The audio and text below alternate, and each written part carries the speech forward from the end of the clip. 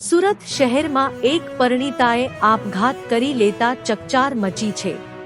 2 વર્ષ પહેલા જ તેણે પ્રેમલગ્ન કર્યા હતા। આમ લગ્નના 2 વર્ષમાં જ પરિણીતાએ પોતાનું જીવન ટૂંકાવ્યું હતું।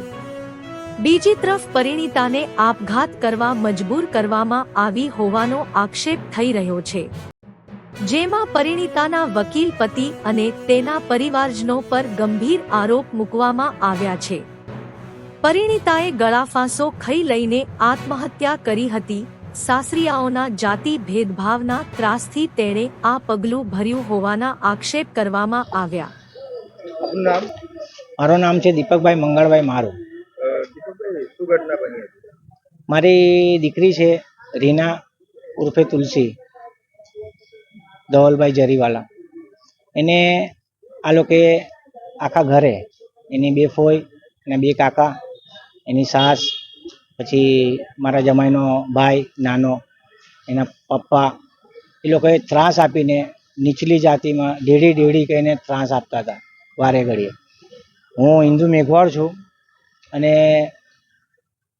સામેવાળા જરીવાળા છે, તો લવ મેરેજ છે એ લોકોના। એ છોકરા માટે મારી છોકરીએ જ્યાં અમારી સમાજમાં સગાઈ કરી હતી એ સગાઈ પણ એ તોડી નાખાવી। મારા કાન પર વાત આવી। હું 14 વર્ષથી જેલમાં છું મર્ડરના કેસમાં। હું અત્યારે પેરોલ પર આવ્યો છું।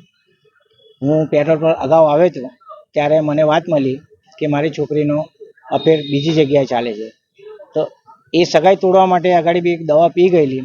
તો મને એમ થયું કે કદાચ આજે નાનું પગલું ભર્યું છે, કાલ ઉઠીને મોટું પગલું ભરે તો અમારી સમાજમાંથી મેં એની સગાઈ તોડાવી નાખીને આ છોકરા સાથે લવ મેરેજ કરાયા, કોર્ટ મેરેજ કરાયા।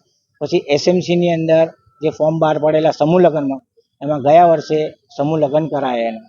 હમણાં વચ્ચે એના બાળક બી હતું, બાળકી આ લોકો પડાવી નાખ્યું। મારી છોકરીને એટલી ટોર્ચર કરી આ લોકો જાતિ વિશે, ડેડી લાવ્યો, આપણામાં લાવતી તો આમ ને તેમ। છોકરાનો એમાં કોઈ વાંક નથી, કેમ કે છોકરાને તો બધી જ ખબર હતી। મારા ઘરે આવ્યો ત્યારે ખબર હતી હું ઝૂંપડપટ્ટીમાં રહું છું, ગરીબ માણસ છું। તમને પરિવાર ત્રાસ આપતો હતો, એના કારણે આત્મહત્યા કરી? આત્મહત્યા તો નહીં કરે મારી છોકરી। મારી છોકરી મને એમ લાગે છે કે આ લોકો મારી નાખી છે મારી છોકરી। તો હવે શું માંગ છો? બસ મારી તો એટલી જ માંગ છે કે મને ન્યાય મળે ને પોલીસ તરફથી થોડોક સપોર્ટ મળે કે જે સાચી હકીકત છે એનો આ લોકો ખુલાસો કરે। છોકરીની ઉંમર કેટલી હતી? શું નામ? મારી છોકરીની ઉંમર હતી 25 વર્ષ। એનું નામ છે રીના ઉર્ફે તુલસી।